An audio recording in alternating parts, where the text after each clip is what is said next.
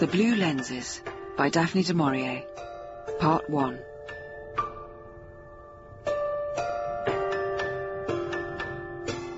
This was the day for the bandages to be removed and the blue lenses fitted.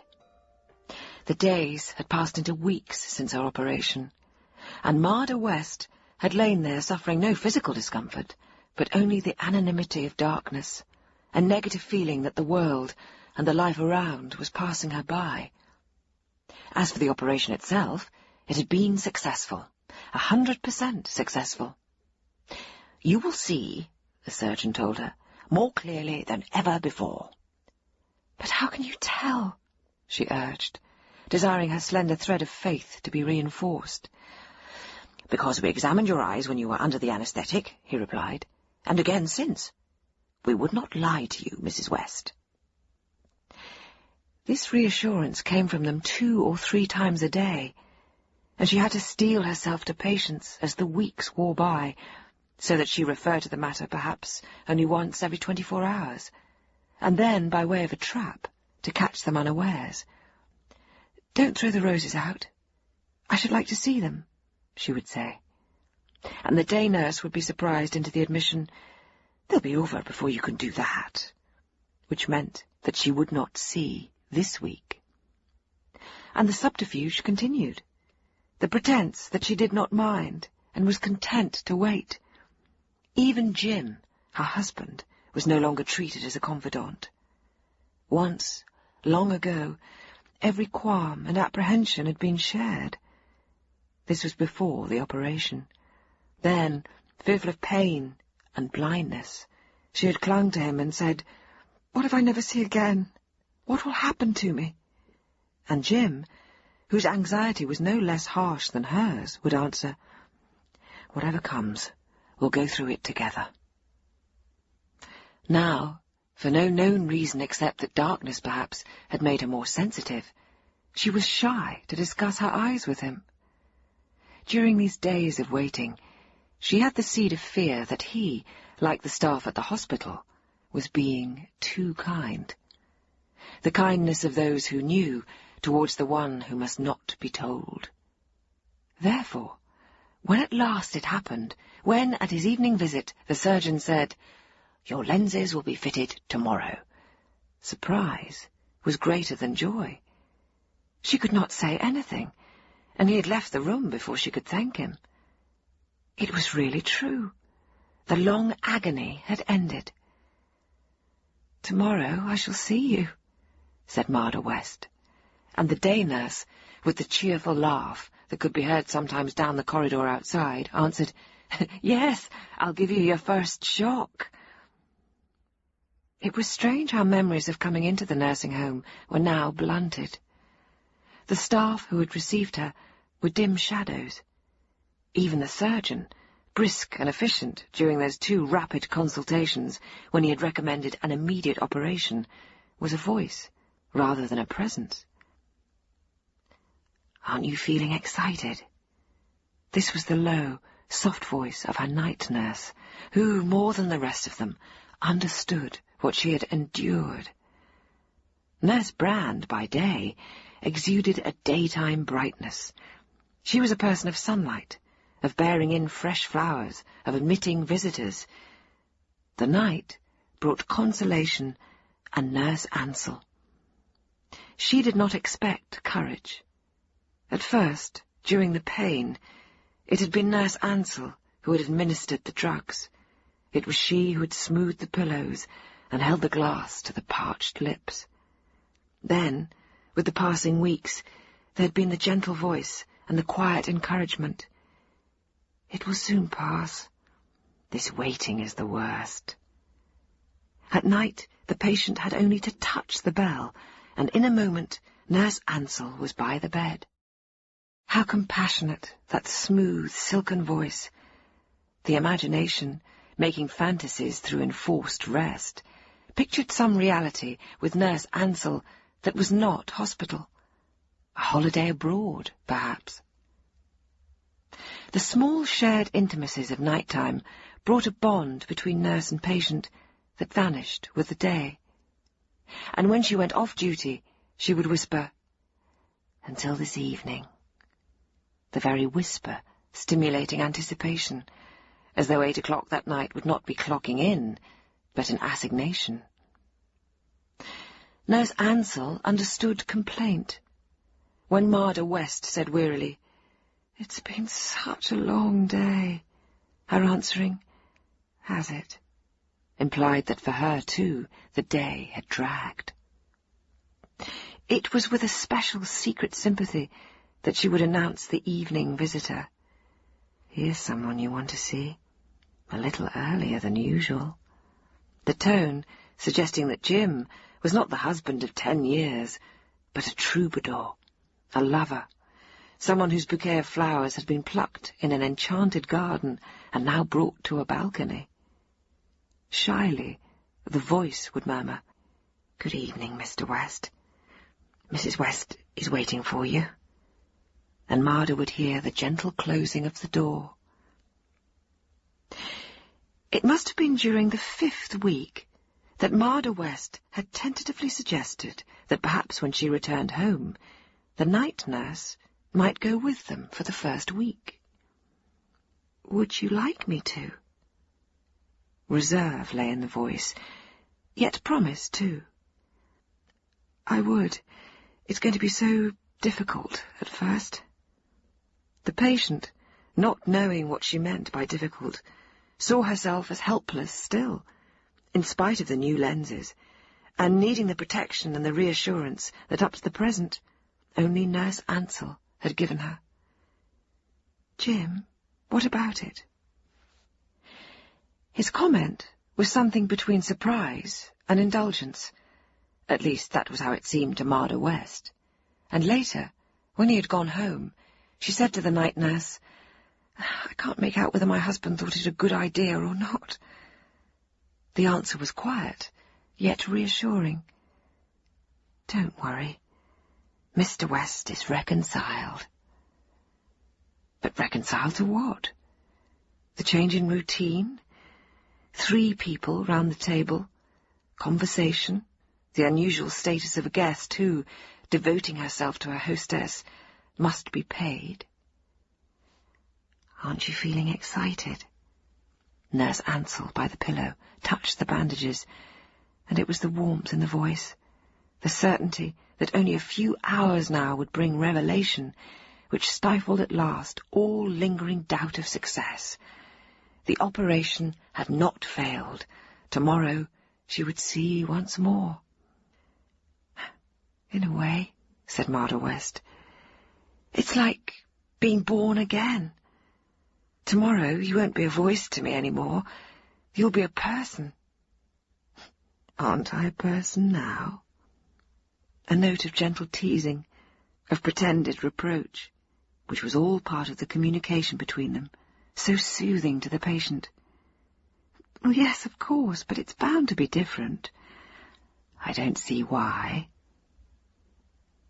Even knowing she was dark and small, for so Nurse Ansell had described herself, Marda West must be prepared for surprise at the first encounter. "Look, feel."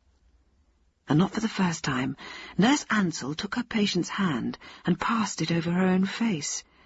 A little embarrassing, perhaps, because it implied surrender, the patient's hand a captive.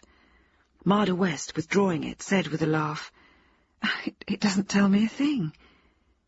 "Sleep, then. Tomorrow will come too soon." There was always a slight sense of loss, of loneliness, as the door closed and she went away, and a feeling of jealousy, too, because there were other patients who received these same mercies.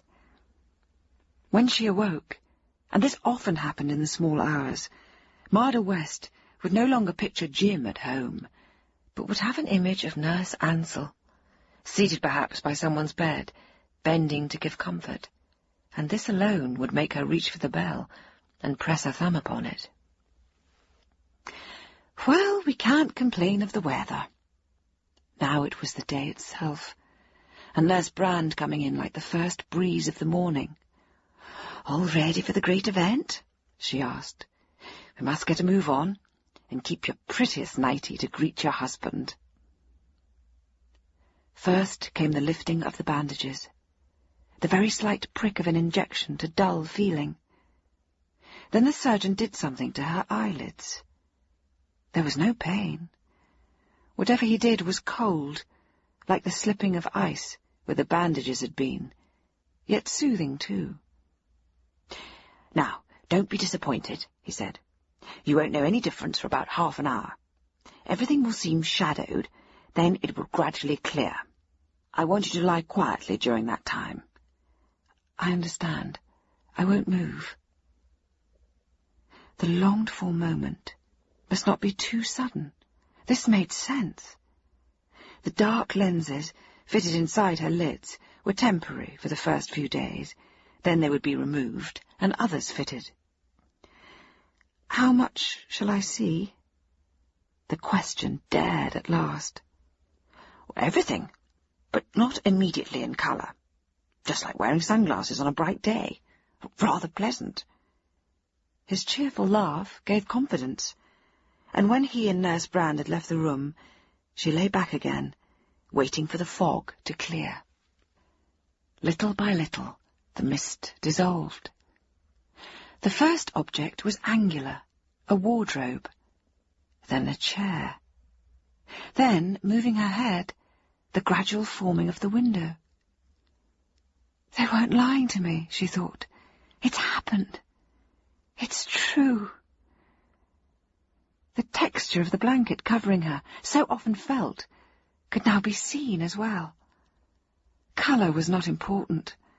The blue symmetry of vision itself was all important. To see, to feel, to blend the two together. It was indeed rebirth, the discovery of a world long lost to her. Even a prisoner, she decided, could find comfort in his cell if he had been blinded first and had recovered his sight. She heard Nurse Brand's voice outside and turned her head to watch the opening door. "Well, are we happy once more?" Smiling, she saw the figure dressed in uniform come into the room, bearing a glass of milk. Yet incongruous, absurd.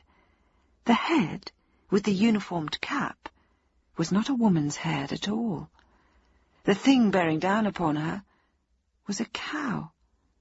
A cow on a woman's body. "Feeling a bit strange?" The laugh was a woman's laugh, Nurse Brand's laugh. The patient said nothing. She shut her eyes, then opened them again. The cow in the nurse's uniform was with her still. "Confess now," said Nurse Brand. "You wouldn't know you had the lenses in except for the colour." It was important to gain time. The patient stretched out her hand carefully for the glass of milk. The mask must be worn on purpose. Perhaps it was some kind of experiment connected with the fitting of the lenses, though how it was supposed to work she could not imagine. "I see very plainly," she said at last. "At least, I think I do." Nurse Brand stood watching her. "Oh, you don't sound too sure of yourself. Don't say you're disappointed after all we've done for you." "I'm sure of myself," answered her patient. "But I'm not so sure of you. Is it a trick?" "Is what a trick?" "The way you look, your face." Vision was not so dimmed by the blue lenses that she could not distinguish a change of expression. The cow's jaw distinctly dropped. "Really, Mrs. West." This time the laugh was not so cordial. "I'm as the good God made me. I dare say he might have made a better job of it." The cow moved from the bedside towards the window and drew the curtains more sharply back, so that the full light flooded the room. There was no visible join to the mask. The head blended to the body. "I didn't mean to offend you," she said, "but it is just a little strange. You see—" She was spared explanation because the door opened and the surgeon came into the room. At least the surgeon's voice was recognisable as he called, "Hello, how goes it?" But that terrier's head, ears pricked, the inquisitive searching glance. This time the patient laughed. The effect was ludicrous. It must be a joke. It had to be. But why go to such expense and trouble? The cow shrugged its two ample shoulders. "Mrs. West thinks us a bit of a joke," she said. "I'm all for that," said the surgeon. "It would never do if she took a dislike to us, would it?" Then he came and bent close to observe her eyes. She lay very still. He wore no mask either, none, at least, that she could distinguish. "Your name ought to be Jack Russell," she said aloud. "I beg your pardon?" "I mean," Marda West searched for words, "the name seems to suit you better than your own." "Well, I know a James Russell," he said to her, "but he's an orthopaedic surgeon." His voice was brisk, but he sounded a little surprised, as Nurse Brand had done. The gratitude which was owed to their skill was not forthcoming. "Well, nurse," he went on, "the patient can do everything within reason, except remove the lenses. You've warned her, I suppose?" "I was about to, sir, when you came in." He turned his pointed terrier nose to Marda West. "I'll be in on Thursday to change the lenses. In the meantime, it's just a question of washing out the eyes with a solution 3 times a day. They'll do it for you. Don't touch them yourself. The patient did that once and lost his sight. He never recovered it." "If you tried that," the terrier seemed to say, "you would get what you deserved. Better not make the attempt. My teeth are sharp."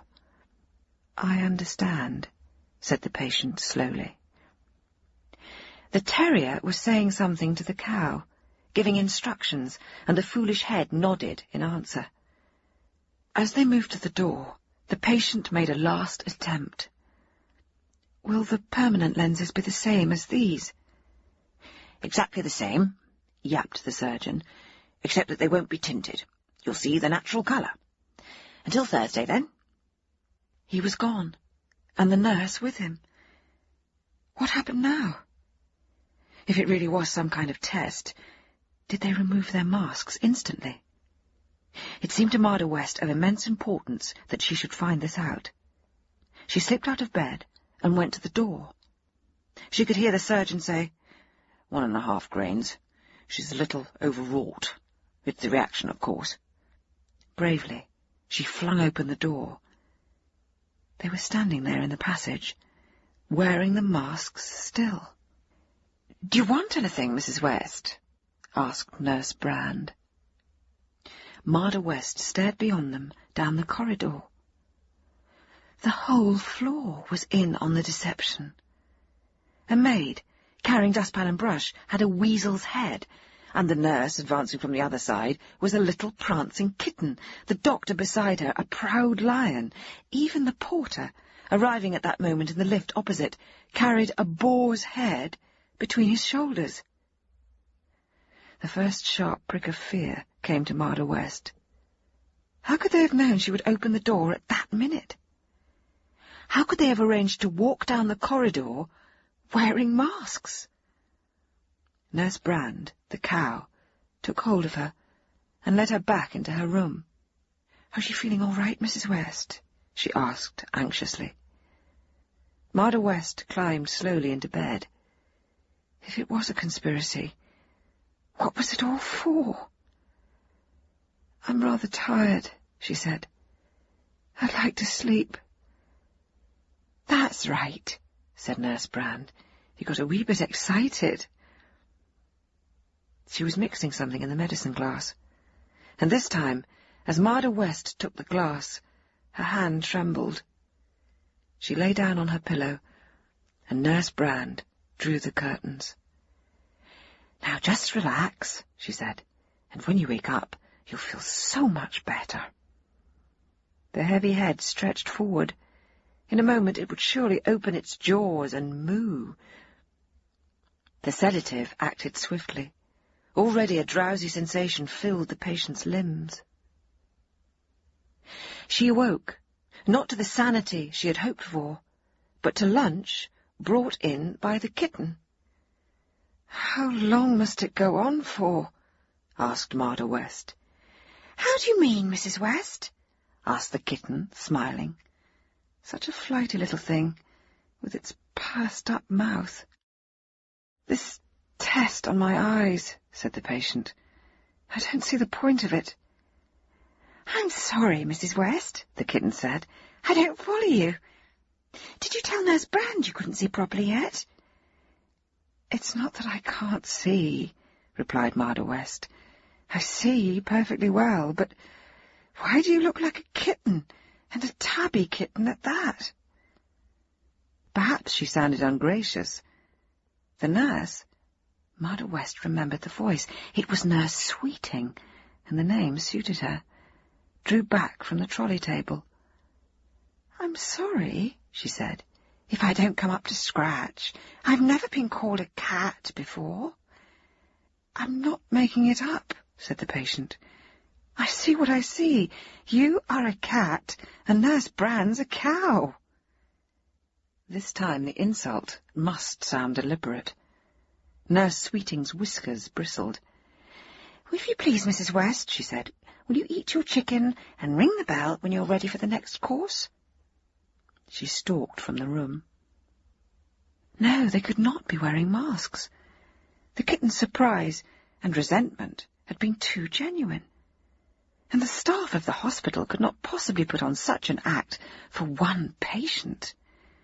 The fault must lie in the lenses. A sudden thought struck her. She climbed out of bed and went over to the dressing table. Her own face stared back at her from the looking-glass. The dark lenses concealed the eyes, but the face was at least her own. "Oh, thank heaven for that," she said to herself. But it swung her back to thoughts of trickery. That her own face should seem unchanged through the lenses suggested a plot. But why? Could there be a conspiracy amongst them to drive her mad? She dismissed the idea at once. It was too fanciful. Besides, if they wanted to send her mad, or kill her even, it would be simple enough with drugs. She would try one further proof. She stood by the window and watched for passers-by. It was the lunch hour, and traffic was slack. Then a van drew near, but she could not see the driver. Yes, he slowed as he went by the nursing home, and she saw the squat frog's head, the bulging eyes. Sick at heart, she left the window and climbed back into bed. After a while the door opened. It was not the kitten. It was the little maid with the weasel's head. "Will you have plum tart or ice cream, madam?" she asked. Marda West, her eyes half closed, shook her head. The weasel, shyly edging forward to take the tray, said, "Cheese, then, and coffee to follow?" The head joined the neck without any fastening. It could not be a mask. "Coffee only," said Marda West. The weasel vanished. Another knock on the door, and the kitten was back again, her back arched. She plonked the coffee down without a word, and Marda West, irritated, for surely if anyone was to show annoyance it should be herself, said sharply, "Shall I pour you some milk in the saucer?" The kitten turned. "A joke's a joke, Mrs. West," she said, "and I can take a laugh with anyone, but I can't stick rudeness." "Meow," said Marda West. The kitten left the room. Marda went to the telephone and asked the exchange to put her through to her husband's office. As luck had it, he was there. "Oh, Jim, darling." "Yes?" The relief to hear the loved, familiar voice. "Darling, when can you get here?" Not before this evening, I'm afraid. It's one hell of a day. Well, how did it go? Is everything okay? Not exactly. What do you mean? Can't you see? How was she to explain what had happened to her? It sounded so foolish over the telephone. Yes, I can see perfectly. It's just that all the nurses look like animals. And the surgeon, too. One of those little Jack Russells they put down the foxes' holes. What on earth are you talking about? Marda West knew it was no use. She must wait till he came. Then she would try to explain, and he would be able to find out for himself what lay behind it. Oh, never mind, she said. I'll tell you later. I'm sorry, he told her, but I really am in a tearing hurry. If the lenses don't help, tell somebody, tell the nurses, the matron. Yes, she said, yes. Marda West closed her eyes. She opened them again. She closed them once more. If the chair had become a mushroom and the table a haystack, then the blame could have been put upon the lenses. Why was it only people who had changed? The curious day dragged on, and she waited restlessly for 8 o'clock. A strange feeling of nervousness had come upon her. She realized so strange had been the day that she had not once thought about Nurse Ansell. Dear, comforting, bewitching Nurse Ansell. Nurse Ansell, who was due to come on duty at 8. Was she also in the conspiracy? If she was, then Marda West would have a showdown. Nurse Ansell would never lie. She would go up to her and put her hands on her shoulders and take the mask in her 2 hands and say to her, "There, now take it off, you won't deceive me." But if it was the lenses, if all the time it was the lenses that were at fault, how was she to explain it? She was sitting at the dressing table, putting some cream on her face, and the door must have opened without her being aware. But she heard the well-known voice, the soft, beguiling voice, and it said to her, "I nearly came before. I didn't dare. You would have thought me foolish." It slid slowly into view. The long snake's head, the twisting neck, the pointed barbed tongue, swiftly thrusting and swiftly withdrawn. It came into view over her shoulders, through the looking-glass.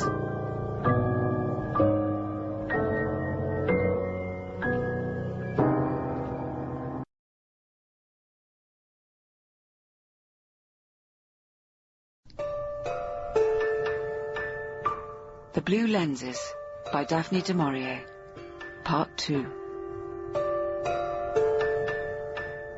Marda West did not move.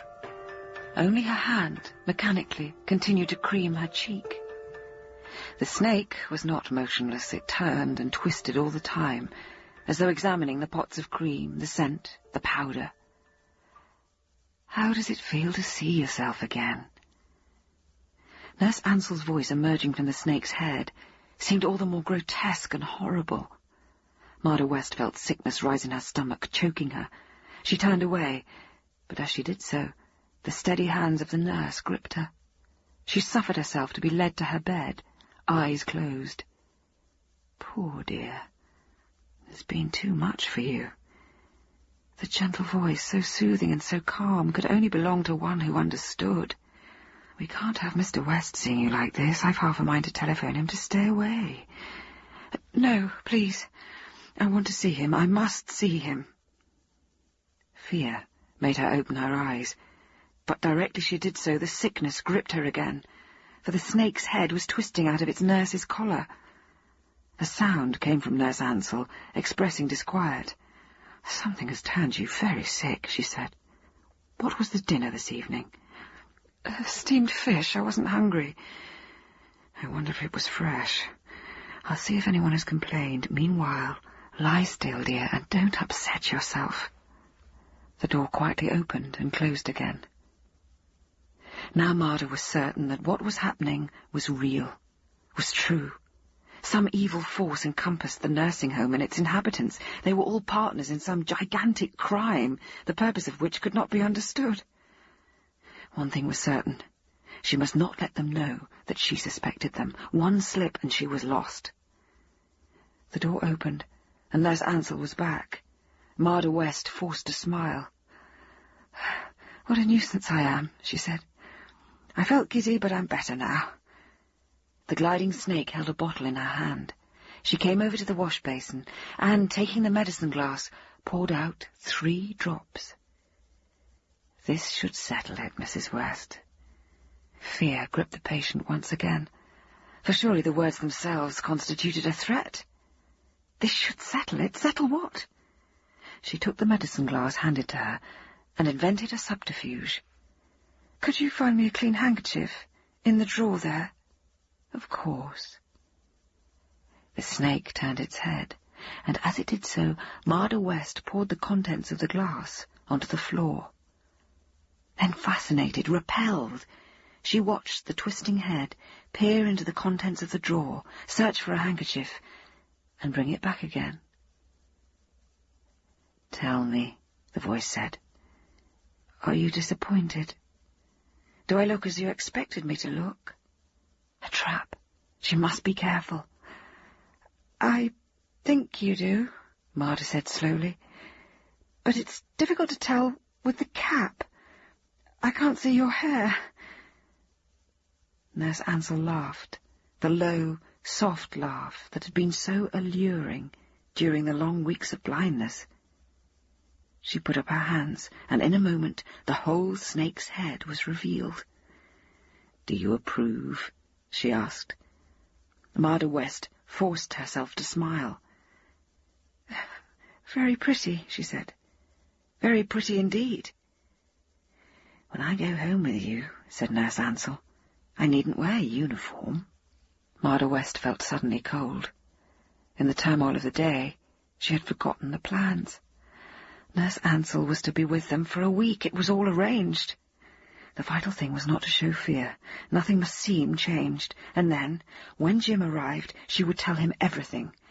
If he could not see the snake's head, and indeed it was possible that he would not, if her hypervision was caused by the lenses, he must just understand that for reasons too deep to explain, she no longer trusted Nurse Ansell. The telephone rang on the bedside table, and Marda West seized it. It was her husband. "Sorry to be late," he said. "I'll jump into a taxi and be with you right away. The lawyer kept me."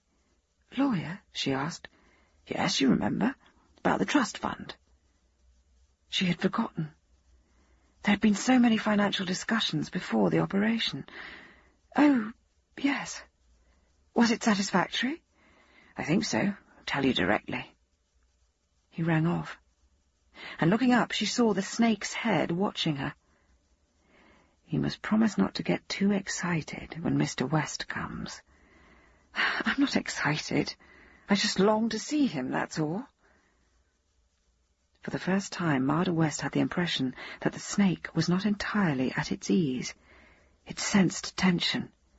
It knew, it could not help but know, that the atmosphere had changed between nurse and patient. The snake hovered at the end of the bed. Then, the tongue darting rapidly in and out, Nurse Ansell left the room. The taxi came at last. Jim's voice rang out in the street below. Her heart began to beat fast, and she watched the door. She heard his footstep outside, and then his voice again. He must be saying something to the snake. She would know at once if he had seen the head. He would come into the room either startled, not believing his eyes, or laughing, declaring it a joke. Why did he not hurry?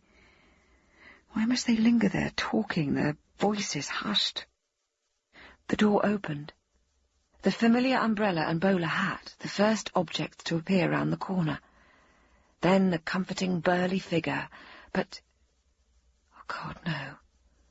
Please, God. Not Jim, too, not Jim, forced into a mask, forced into an organisation of devils, of liars. Jim had a vulture's head, She lay in sick and speechless horror. "I gather you're not too well," he said, turning his vulture's head. "Feeling a bit out of sorts?" She was too numb to answer. She lay quite still as he approached the bed and bent to kiss her. The vulture's beak was sharp. "It's a reaction, Nurse Ansell says," he went on. "The sudden shock of being able to see again. She says it will be much better when we get you home." We, Nurse Ansell and Jim. The plan still held then. I don't know," she said faintly, "that I want Nurse Ansell to come home." "Not want Nurse Ansell?" He sounded startled. "But it was you who suggested it." There was no time to reply, as Nurse Ansell herself came into the room. "Cup of coffee, Mr. West?" It was the evening routine, yet tonight it sounded strange, as though it had been arranged outside the door.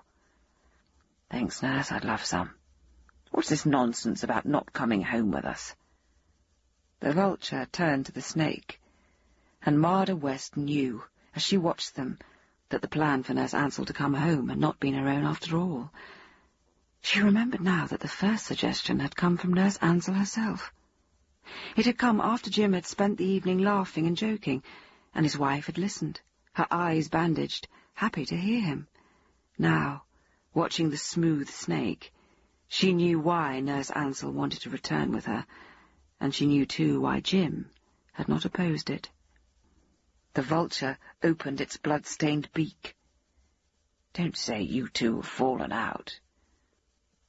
"Impossible." The nurse looked sideways at the vulture. "Mrs. West's just had a trying day, haven't you, dear?" How best to answer? Neither must know. Neither the vulture nor the snake must ever know. I'm all right," Marda said. "A bit mixed up. I'll be better in the morning." They would not destroy her. She had, for all her bewildered terror, the will to live.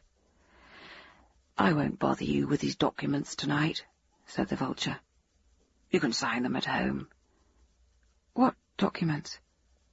If she kept her eyes averted, she need not see the vulture's head.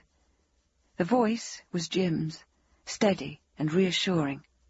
"The trust fund papers Forbes and Millwall gave me. They suggest I should become a co-director of the fund." The words struck a chord, a thread of memory.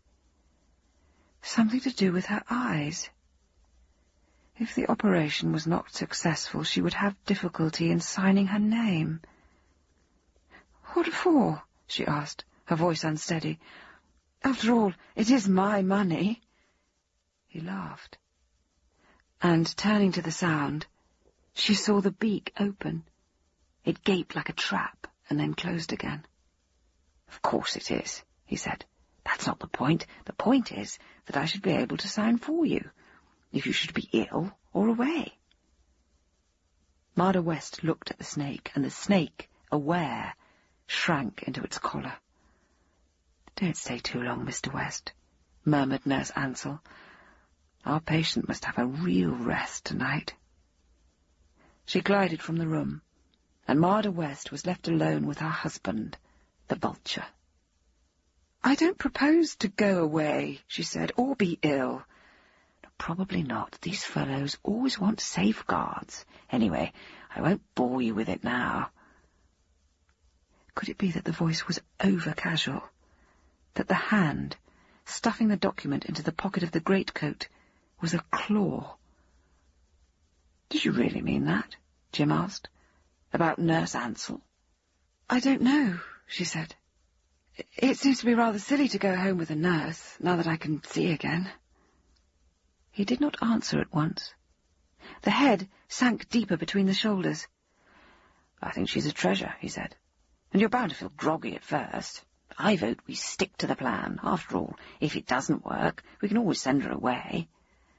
"Perhaps," said his wife. She was trying to think if there was anyone left whom she could trust. A married brother in South Africa, friends in London, no one with whom she was intimate, not to this extent. She was quite alone, coldly conscious of the hatred and cruelty about her. Only 2 more days, thank goodness, said her husband. Then you'll be home again. But once back there with a vulture and a snake, would she not be more completely at their mercy than she was here? Did Grief say Thursday for certain? She asked. He told me so this morning when he telephoned. You'll have the other lenses then, the ones that show colour. The ones that would show the bodies, too. That was the explanation. The blue lenses only showed the heads. They were the first test. Greaves, the surgeon, was in this too, naturally. She sought wildly in her memory to try to recall a look, a sign, which would give her some insight into this dreadful plot, this conspiracy against her person or her sanity. You look pretty peaky, he said suddenly. I think I'd better go. He got up from the chair, a heavy, hooded figure, and she closed her eyes as he came to kiss her good night. The well-remembered kiss would have restored her, but not the stab of the vulture's beak. The thrusting, blood-stained beak. When he had gone, she began to moan, turning her head upon the pillow. The door opened again, and she put her hand to her mouth. They must not hear her cry. They must not see her cry. How are you feeling, Mrs. West? The snake stood at the bottom of the bed, and by her side the house physician. She had always liked him, a young, pleasant man. And although, like the others, he had an animal's head, it did not frighten her. It was a dog's head, an Aberdeen's. Long ago as a child, she had owned an Aberdeen. "Could I speak to you alone?" she asked. "Of course. Do you mind, nurse?" He jerked his head at the door, and she had gone. "You'll think me very foolish," she began, "but it's the lenses. I can't get used to them." He came over, his head cocked in sympathy. "I'm sorry about that," he said. "They don't hurt you, do they?" "No," she said. "No, I can't feel them. It's just that they make everyone look strange." "They're bound to do that. They don't show colour." His voice was cheerful, friendly. "And you mustn't forget you're pulled about quite a bit. The nerves behind the eyes are still very tender." "Yes," she said. His voice, even his head, gave her confidence. "Have you known people who've had this operation before?" "Yes, scores of them. In a couple of days you'll be right as rain. You'll actually see more clearly in every way. One patient told me that it was as though she'd been wearing spectacles all her life, and then, because of the operation, she realized she saw all her friends and her family as they really were." "As they really were," she repeated. The Aberdeen nodded his head. "Mr. Greaves did a wonderful job on you. He was able to strengthen a nerve he thought had perished. He never had the use of it before, so who knows, Mrs. West, you may have made medical history. Anyway, sleep well, and the best of luck." He trotted from the room. The comforting words had turned to gall. In one sense they were a relief, because his explanation seemed to suggest there was no plot against her. She used the words he had used himself. Marda West could see people as they really were, and those whom she had loved and trusted most were in truth a vulture and a snake. The door opened, and Nurse Ansell entered the room. "Ready to settle down?" she asked. "Yes, thank you." There might be no conspiracy, but even so all trust, all faith were over. She watched the snake tuck in the sheet. Then the twisting neck peered closer.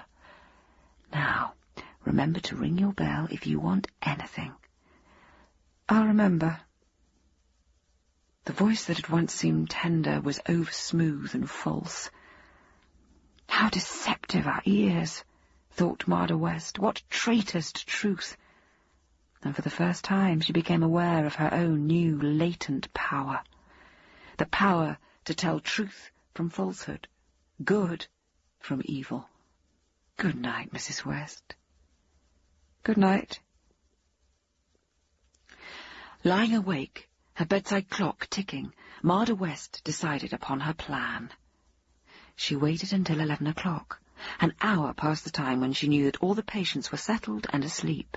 Then she crept out of bed and began to dress. When she was ready, she went to the door and softly turned the handle. All was quiet in the corridor. She looked to the left, where the nurse on duty sat.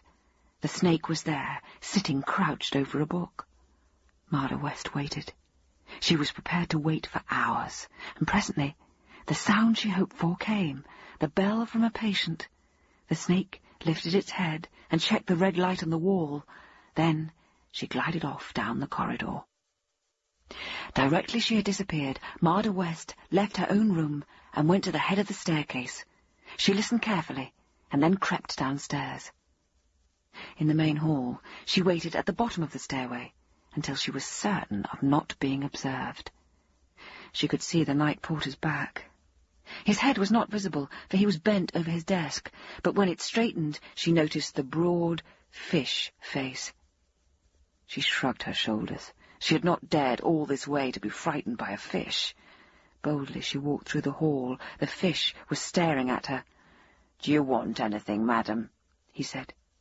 He was as stupid as she expected. She shook her head. "I'm going out. Good night." And she walked straight past him, out of the swing door and into the street. In the distance, Marda West saw the lights of Oxford Street. The friendly traffic drew her like a magnet, the distant lights, the distant men and women. When she came to Oxford Street, she paused, wondering of a sudden where she should go, whom she could ask for refuge. And it came to her once again that there was no one at all, because the couple passing her now, a toad's head on a short black body clutching a panther's arm, could give her no protection, and the policeman standing at the corner was a baboon. No one was human, no one was safe. She turned and ran, bumping into them. Seeing her run, they turned and looked at her. They screamed and yapped. They gave chase. Down Oxford Street she ran, alone in an animal world. "Lie quite still, Mrs. West. I'm not going to hurt you." She recognized the voice of Mr. Greaves, the surgeon, and dimly she told herself that they had got hold of her again. She was back at the nursing home. They had replaced the bandages over her eyes, and for this she was thankful. Such blessed darkness, the evil of the night hidden. "Now, Mrs. West, I think your troubles are over. No pain and no confusion with these lenses. The world's in colour again." The bandages were being removed. And suddenly everything was clear, was day, and the face of Mr. Greaves smiled down at her. At his side was a rounded, cheerful nurse. "Where are your masks?" asked the patient. "We didn't need masks for this little job," said the surgeon. "We were only taking out the temporary lenses." She let her eyes drift round the room. "Something happened to me, didn't it?" she said. "I tried to get away." The nurse glanced at the surgeon. He nodded his head. "Yes, you did. And frankly, I don't blame you. I blame myself. Those lenses I inserted yesterday were pressing upon a tiny nerve, and the pressure threw out your balance. That's all over now." His smile was reassuring, and the large, warm eyes of Nurse Brand, it must surely be Nurse Brand, gazed down at her in sympathy. "It was very terrible," said the patient. "I can never explain how terrible." The door opened, and the young physician entered. "Patient fully restored?" he asked. "I think so," said the surgeon. "What about it, Mrs. West?" Marda West stared gravely at the three of them. "I thought you were dogs," she said. "I thought you were a hunt terrier, Mr. Greaves, and that you were an Aberdeen." The house physician laughed. "But I am," he said. "It's my native town. Your judgment was not wholly out, Mrs. West. I congratulate you." Marda West did not join in the laugh. The doctors were moving towards the door, still laughing, and Marda West, sensing the normal atmosphere, said, "Who found me then? Who brought me back?" Mr. Greaves glanced back at her from the door. "You didn't get very far, Mrs. West. The porter followed you. It's all finished with now. said the house physician. The person who really had the full shock was poor Nurse Ansell when she found you weren't in your bed. Nurse Ansell. The revulsion of the night before was not so easily forgotten. Don't say our little starlet was an animal, too, smiled the house doctor. Marda West felt herself colour. Lies would have to begin. No, she said quickly. No, of course not. Nurse Ansell is here now, said Nurse Brand. She was so upset when she went off duty that she wouldn't go back to the hostel. Would you care to have a word with her? Apprehension seized the patient, but before she could answer, the house doctor called down the passage. Mrs. West wants to say good morning to you. Mr. Greaves waved his hand and was gone. Nurse Brand went after him, and the house doctor stepped back against the wall to admit Nurse Ansell. Marda West stared, then tremulously began to smile, and held out her hand. How could she have seen Nurse Ansell as a snake? The hazel eyes, the clear olive skin, the dark hair trim under the frilled cap, and that smile, that slow, understanding smile. Patient and nurse held hands. I still don't understand what happened, she said, clinging to the nurse. Mr. Greaves tried to explain something about a nerve. Nurse Ansell made a face towards the door. He doesn't know himself, she whispered. And he's not going to say either, or he'll find himself in trouble. She looked down at her patient. She was so pretty, so gentle. Don't think about it, she said. You're going to be happy from now on. Promise me? I promise, said Marda West. The telephone rang, and Nurse Ansell reached for the receiver. You know who this is going to be, she said. Your poor husband. She gave the receiver to Marda West. Jim? Jim, is that you? The loved voice sounding so anxious at the other end. Are you all right? He said. What the devil's been happening? Marda West smiled and handed the receiver to the nurse. You tell him, she said. Nurse Ansell held the receiver to her ear. Is that you, Mr. West? She said. Our patient gave us a fright, didn't she? Well, you don't have to worry any more. Mr. Greaves changed the lenses. They were pressing on a nerve, but everything's now all right. He said we could come home tomorrow. Marda West reached once more for the receiver. Jim, I had a hideous night, she said. I'm only just beginning to understand it now. A nerve in the brain. So I gather, he said. Thank God they've traced it. That fellow Greaves can't have known his job. Can't happen again, she said. Now the proper lenses are in, it can't happen again. It had better not, he said, or I'll sue him. How are you feeling? Wonderful, she said. Bewildered, but wonderful. Good girl, he said. Don't excite yourself. I'll be along later. His voice went. Marda West gave the receiver to Nurse Ansell. Did Mr. Greaves really say I could go home tomorrow? She asked. Yes, if you're good, Nurse Ansell smiled. Are you sure you still want me to come with you? Why, yes, said Marda West. It's all arranged. She sat up in bed, and the sun came streaming through the window, throwing light on the roses, the lilies, the tall-stemmed iris. The most precious thing in the world, she said, is sight. I know now. I know what I might have lost. Nurse Ansell nodded her head in sympathy. You've got your sight back, she said. That's the miracle. You won't ever lose it now. She moved to the door. I'll slip back to the hostel and get some rest. Is there anything you want before I go? Give me my lipstick, said the patient, and the brush and comb. Nurse Ansell fetched the things from the dressing table. She brought the hand mirror too, and the bottle of scent, and with a little smile of intimacy sniffed at the stopper. Oh, gorgeous, she murmured. This is what Mr. West gave you, isn't it? Already, thought Marda West. Nurse Ansell fitted in. I'll be with you at 8 o'clock. The familiar words, said every morning now for so many days and weeks, sounded in her ear like a melody, loved through repetition. At last they were joined to the individual, the one whose eyes promised friendship and loyalty. See you this evening. The door closed. Nurse Ansell had gone. Marda West took the stopper from the scent bottle and put it behind her ears. She lifted the hand mirror and looked into it. Nothing changed in the room.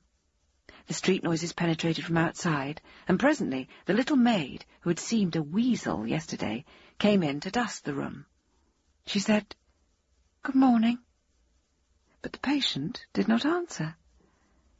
Perhaps she was tired. The maid dusted and went her way. Then Marda West took up the mirror and looked into it once more. No, she had not been mistaken. The eyes that stared back at her were doe's eyes, wary before sacrifice, and the timid deer's head was meek, already bowed.